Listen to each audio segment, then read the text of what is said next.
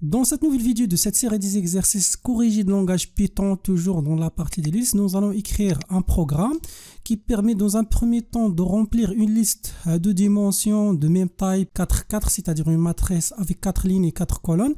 Puis le programme va calculer et afficher la somme de la diagonale principale. Pour bien comprendre l'objectif de l'exercice, alors là, l'utilisateur pourrait par exemple saisir les éléments de cette matrice là et puis le programme va calculer la somme des éléments qui sont situés sur la diagonale de la matrice. Lorsqu'on calcule la somme de ces éléments là, nous allons avoir la valeur 16.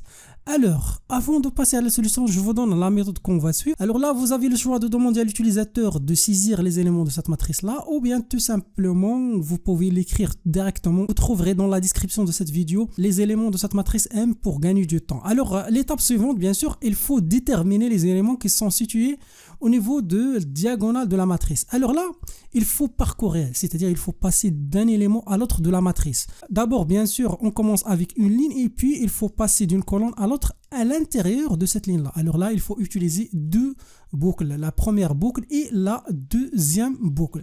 Comme vous voyez là, pour créer donc le nombre de répétitions nécessaires, on peut utiliser range 4 pour les lignes ou bien pour les colonnes. Alors maintenant, il faut récupérer parmi les éléments parcourus par les deux boucles, les éléments qui sont situés sur la diagonale. Alors pour faire ça, d'abord, on va initialiser une variable s avec 0 et à chaque fois, on va affecter à cette valeur-là donc l'élément de diagonale. Alors là, pour récupérer le nombre de diagonales, il suffit de vérifier la condition suivante. Donc si la valeur de i égale à g, alors on va prendre l'élément, cet élément-là, on va l'ajouter à S et on va l'affecter à S.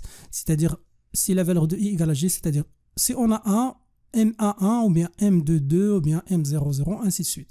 Sinon, on fait rien. Alors, on commence. Alors, le premier élément, oui, donc là, I égale à G, c'est-à-dire 0 égale à 0. Alors là, on va ajouter 2 à S, ce qui va nous donner 2.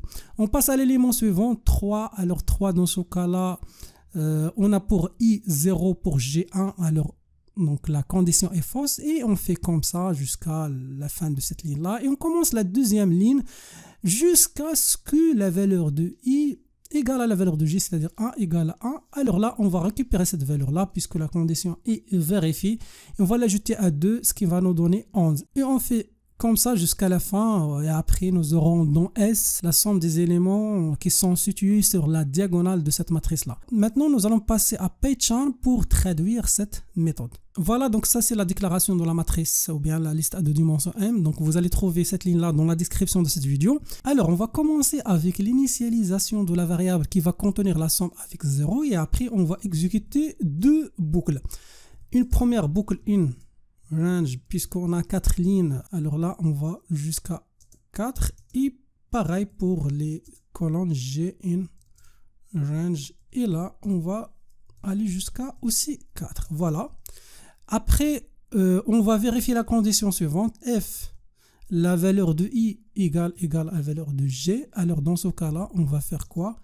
On va tout simplement affecter à s l'ancienne valeur de s plus m I, G.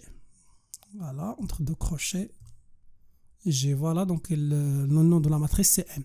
Voilà, après l'exécution de toutes les itérations d'ici deux boucles, nous aurons dans S la somme des éléments qui sont situés sur la diagonale de la matrice. Maintenant, il suffit d'afficher, dans ce cas-là, la somme. Donc, on peut par exemple dire que, voilà, donc la somme de la diagonale principale de la matrice M et virgule, là, on va ajouter S. Et on va exécuter et voilà, donc la somme c'est 16. Lorsque vous changez par exemple cette dernière valeur, puisque cette valeur est située sur la diagonale, alors là on va exécuter à nouveau, vous allez trouver une autre valeur, voilà 29. Et voilà, si vous avez d'autres solutions, d'autres propositions, merci de les partager dans la section des commentaires. Et voilà, ça c'est la fin de cette vidéo.